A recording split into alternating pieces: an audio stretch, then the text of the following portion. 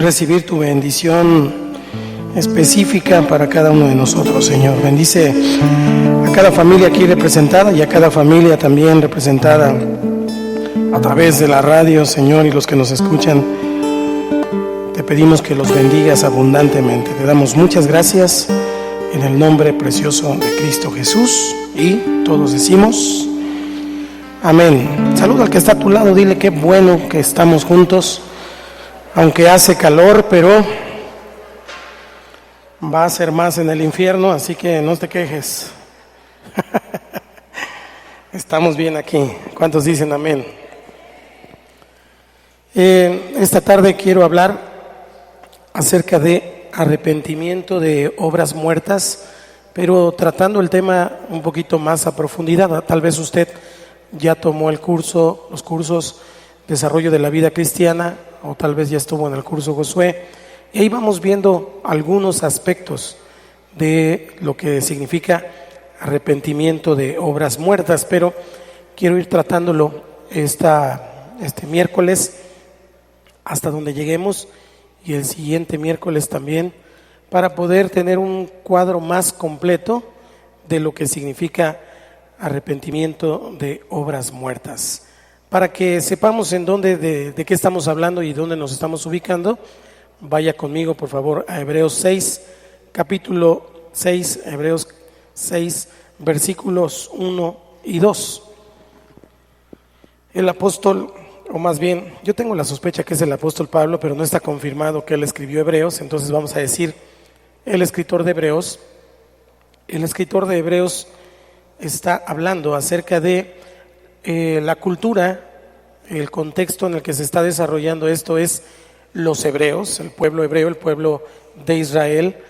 Es llamado así porque hace referencia a la cultura que todavía el pueblo de Israel tenía como hebreos. El mismo apóstol Pablo en algún momento, cuando se refería a él mismo, decía: yo soy hebreo de hebreos, para recalcar, para subrayar su linaje. Recuerde que en la cultura del reino el linaje es importante. Usted no es cualquier persona, usted es un hijo del Rey de Reyes. Entonces es importante. Vaya conmigo a Hebreos capítulo 6, versículos 1 y 2, y leámoslo juntos. 1, 2, 3. Por tanto, dejando ya los rudimentos de la doctrina de Cristo, vamos adelante a la perfección, no echando otra vez el fundamento del arrepentimiento de obras muertas, de la fe en Dios, de la doctrina de bautismos, de la imposición de manos, de la resurrección de los muertos y del juicio eterno. Está diciendo entonces el escritor de Hebreos que estas son las doctrinas básicas y fundamentales que un cristiano debe conocer y debe de saber, para que entonces podamos ir a la perfección, como leímos ahí. Ir a la perfección, la palabra perfección en este caso no significa ser perfecto, porque el único perfecto es el Señor, sino tiene que ver con un crecimiento, y más bien perfección significa madurez. En algunas Biblias más contemporáneas, con un español, un lenguaje actualizado, dice para ir a la madurez. Entonces vamos a tomar como madurez el asunto aquí en Hebreos 6 del 1 al 2. ¿Qué quiere entonces decir el autor de Hebreos, el escritor de Hebreos, cuando habla de arrepentimiento de obras muertas? Arrepentimiento de obras muertas. En este caso, los teólogos y algunos comentaristas bíblicos siempre hay ahí como dos grupos, y estos dos grupos nos señalan dos posibles interpretaciones.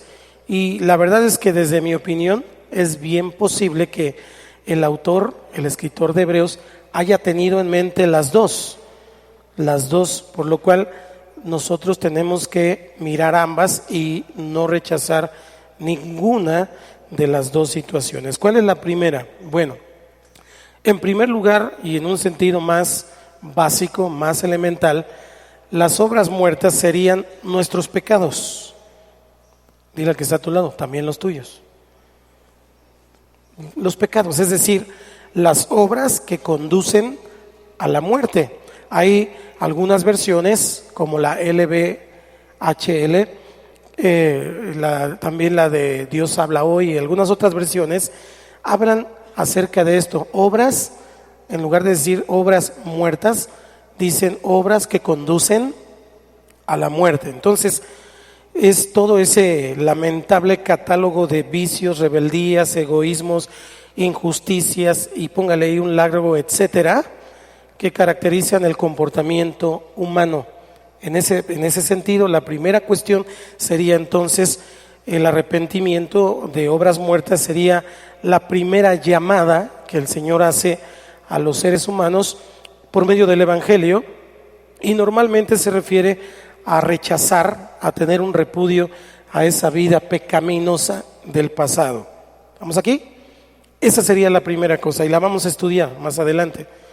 Pero la segunda situación que se refiere también, otra interpretación de las obras muertas, sería las obras que no tanto son pecado, no tanto tienen que ver con el pecado, pero sí aquellas buenas obras que el ser humano de repente se esfuerza en practicar con la esperanza, obviamente una esperanza falsa e infundada, de ganar su propia salvación.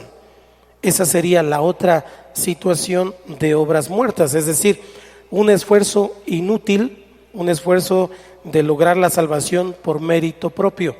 Y entonces ahí podemos ver un sinnúmero de sectas y un sinnúmero de incluso actitudes cristianas que tienen que ver con obras muertas, y que vamos a estudiar un poquito más adelante. En el caso de los hebreos específicamente, incluiría la práctica y la dependencia de los sacrificios levíticos, todavía los sacrificios que estaban en la ley y que ellos seguían practicando, pero que básicamente estaban ya inutilizados, porque cuando viene Cristo, Él cumple con la ley, Él paga toda la ley por usted y por mí, y entonces esos sacrificios ya se habían convertido en obras muertas.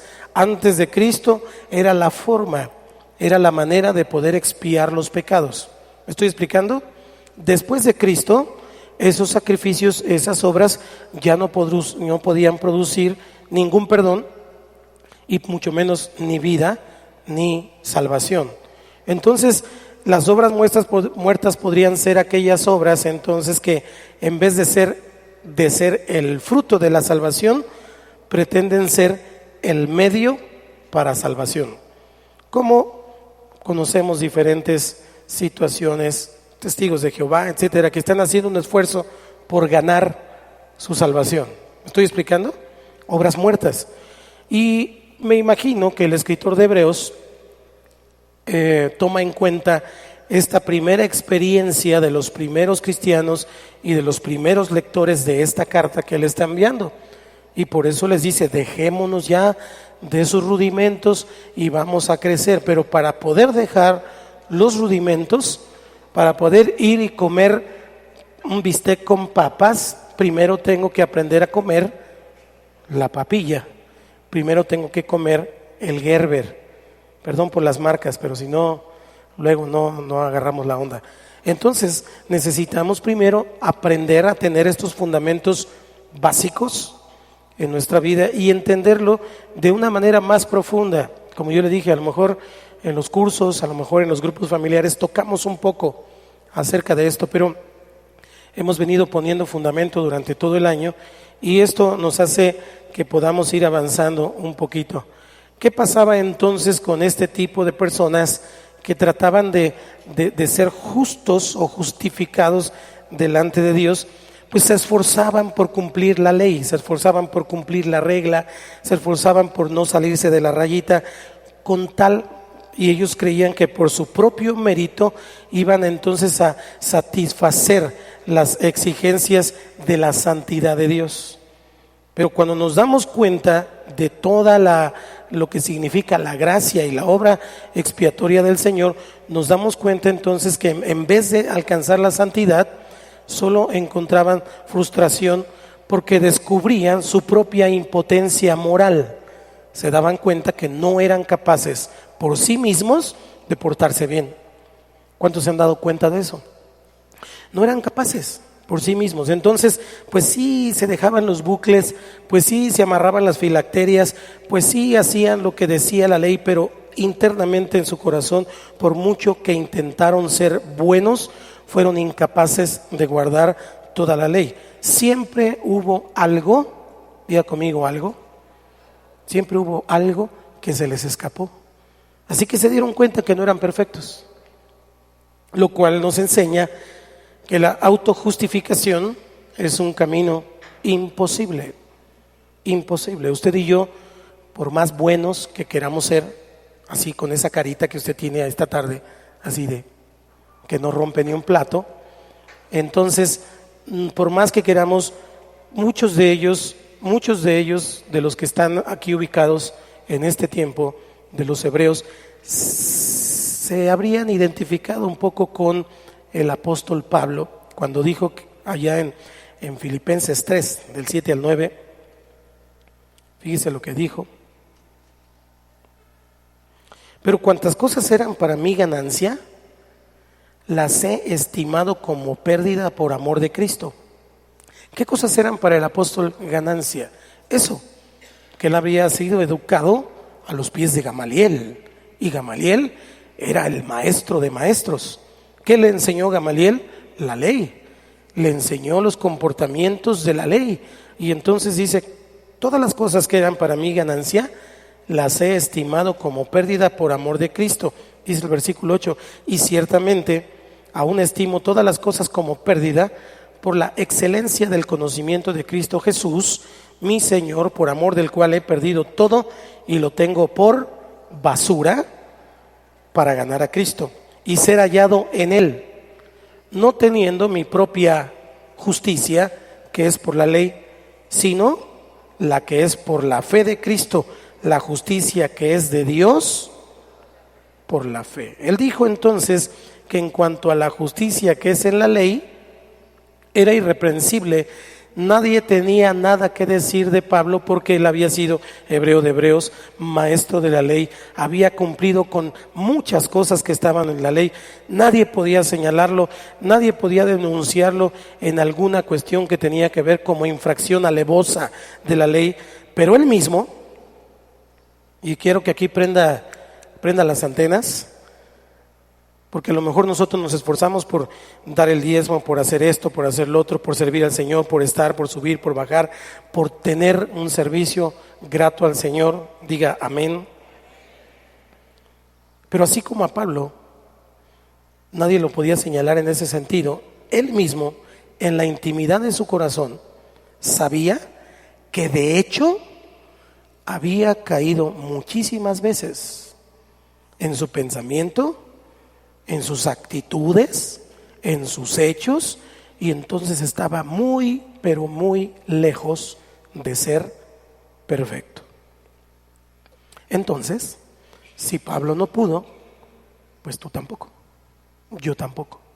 Eso entonces puede descargar un poco la frustración que a veces sentimos, porque en nuestro intento de ser agradables a Dios, queremos hacer muchas cosas y hacerlas perfectas, porque pensamos que siendo perfectos y haciéndolo de manera perfecta, y tomamos ahí Colosenses 3:23 por ejemplo para decir: y todo lo que hagáis, hacerlo de corazón como para Dios y no para los hombres. Tomamos eso tan rígidamente que pensamos entonces que al hacerlo debemos hacerlo con esa situación de perfección, porque si no lo hago perfecto, entonces yo no voy a ser agradable a Dios. Pero puede ser que en eso que estemos haciendo, algo de eso sea una obra muerta, porque si tú lo estás haciendo